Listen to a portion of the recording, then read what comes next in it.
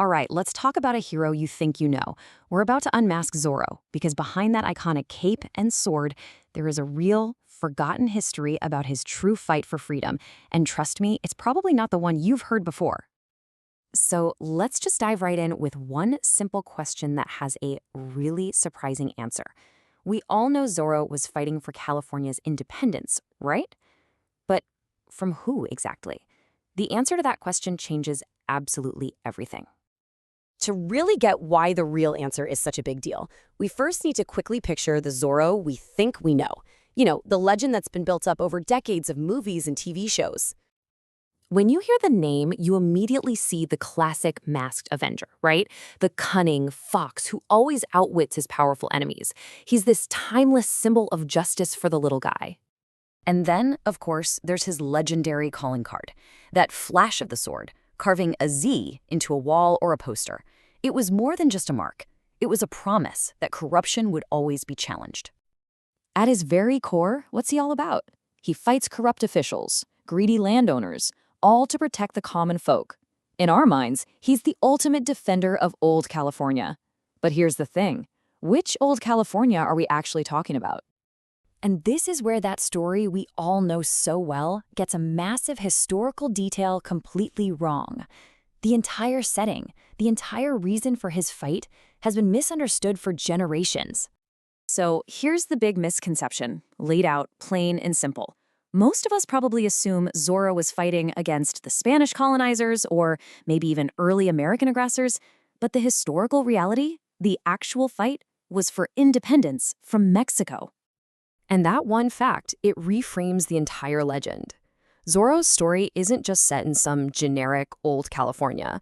No, it's rooted in a very specific and honestly, an often overlooked moment in history. So let's set that stage properly. See, Zorro's world wasn't a Spanish colony, and it wasn't the American Wild West, not yet.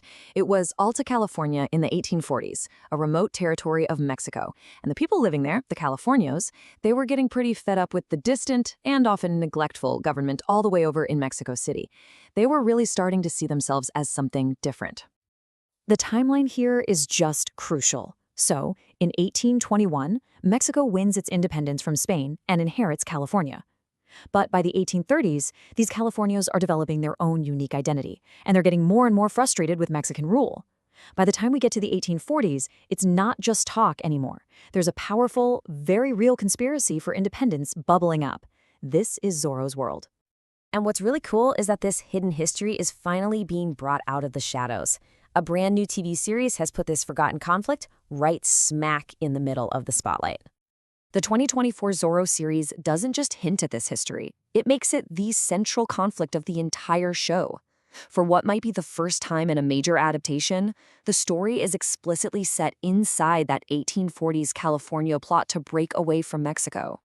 And the impact of that choice is huge. The bad guys aren't just some generic corrupt officials. No, they are direct agents of the Mexican central government, sent there to crush this rebellion. The whole story revolves around this real desire for self-rule, and it basically transforms the legend from a simple adventure story into a political thriller that's actually grounded in history. Okay, and once you start pulling on this historical thread, you find it connects to other California legends in some really surprising ways. It's pretty fascinating. So for instance, when a recent series about another California legend, Joaquin Murrieta, names its final episode Zorro, well, you have to ask yourself, is that just a coincidence? Or is there a deliberate connection being made between these two foundational myths of resistance?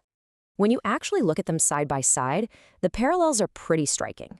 Zorro is fictional, while Murrieta is let's say, a disputed historical figure. But they represent these two key moments of struggle. Zorro is the symbol of the Californios fighting Mexico right before the American takeover. Then just a decade later, Murrieta becomes the symbol of Mexican resistance against the Anglo miners during the gold rush. They both became heroes for their people, just in slightly different fights. So what's the big takeaway here? When we place Zorro back in his correct historical context, he really transforms. He's no longer just a swashbuckling hero. He becomes this incredibly powerful symbol of a real and almost completely forgotten struggle for a unique Californian identity, one that was distinct from Spain, from Mexico, and from the United States. And all of this leaves us with one final, and I think pretty provocative thought. Unmasking Zorro reveals this whole hidden chapter of history. And it really makes you wonder, doesn't it? How many of our other iconic heroes have a secret history just like this one that we've never been told? What other stories are just waiting out there to be rediscovered?